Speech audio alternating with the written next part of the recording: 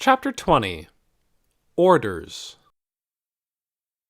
He was waiting for her a few steps farther up the block, outside a shoe store. "What's the matter?" she said. "Why were you looking at me like that?" "Something bad has happened," he said. "You know my snakes?" She nodded. "They told me I have to get rid of them." "What? Who told you?" "Brenda Beeson.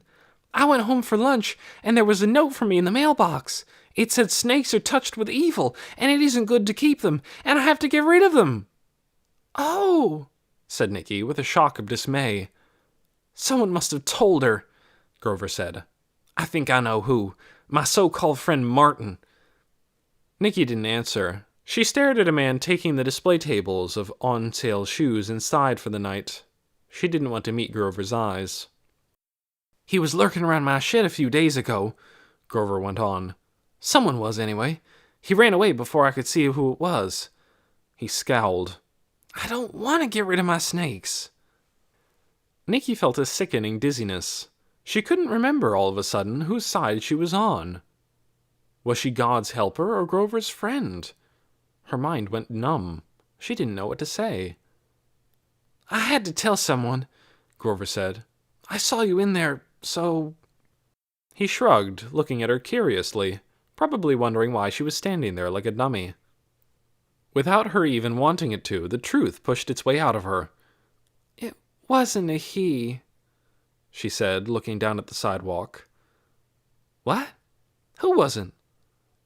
"It was me, outside your shed. It was me who told her about the snakes." Grover's mouth dropped open. "You?" "I've been helping her," Nikki said. "Looking for things that are bad, helping her root them out. I didn't know if keeping snakes was bad. I just asked her about it. That's all I did." "Why are you helping her?" Grover said. He flung his hands out and looked at her with an "I can't believe this" expression. "Because I want to fight against evil," Nikki said. "Find trouble spots. Help keep everything on the side of good so we'll be safe." "You know what they're going to do if I don't get rid of my snakes?" Grover said. "What?" "Put one of those bracelet things on me." "Ha!" he cried out suddenly. A woman passing by gave him a startled look. "Let them try it. They're never going to touch me." "What bracelet things?" Nikki asked. "You don't know about them?" Grover circled his wrist with his thumb and forefinger. "They hum. They go, mmm.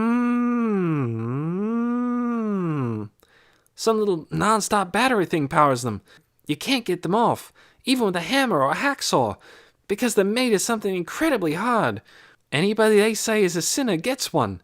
Nobody can talk to a person with a bracelet, and they won't take it off till you either quit sinning or leave." "Leave?" "Leave town. Move somewhere else." "That must be what I've heard then," Nikki said. "Twice I heard it." "There's 3 or 4 people who have them right now. They don't come out much. They don't want to be seen. Jonathan Small has one. So does Ricky Platt." "What did they do wrong?" "I don't know about Ricky, but Jonathan sings," said Grover. "No one is supposed to, since the prophet said no singing. But he sings these loud show tunes in the shower every morning. His neighbors heard him, and the cops came and snapped the bracelet on him. He said he wouldn't quit singing, but I think he's about ready to change his mind. That bracelet thing drives a person crazy." He twisted his lips in a disgusted way. "A whole lot of people got these letters in their mailboxes. I heard about 2 of them already.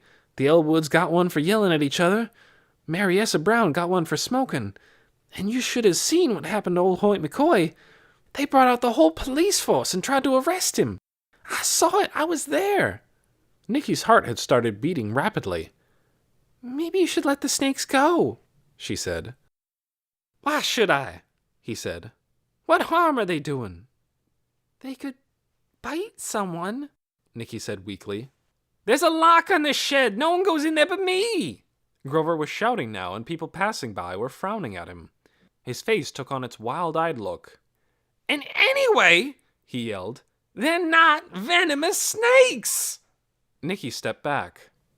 "I'm sorry," she said. "I was just trying to, I don't know, do the right thing. She took a deep, shaky breath. If they try to put one of those bracelets on you, what will you do? Run. They won't catch me. Grover's chin jutted out and his lips pressed together in a hard line. He pointed a finger at her and shook it in her face. You should think about what's the right thing to do, not just take someone's word for it. And with that he turned around and stalked away, leaving Nikki standing beside the door of the shoe store, with dark feelings swirling through her like storm clouds. The storm in her mind got worse when she tried to sleep that night. She couldn't stop thinking about the blue envelopes. Mrs. Beeson must have given one to every person who was doing something they'd decided was wrong. How many of them were people Nikki herself had talked about? And were they all going to do what they were told? Or were there others like Grover who would refuse? And what was the right thing to do? She didn't feel well. Her stomach was all unsettled. She lay in bed for a long time, not sleeping, thinking about Grover's snakes, and the humming bracelets, and the prophet, and the president, and God, and about good versus evil, until her mind was a swirl of confusion. Finally, she crept out of bed. She felt her way down the hall in the dark to the back stairs, and she tiptoed up to the 3rd floor and into the nursery. Otis, who'd been asleep on the bed that had been Amanda's, jumped down and ran to her, wagging his rear end, and Nikki picked him up and got into the bed herself. She could feel the warm spot where he'd been lying. It was right by her knees.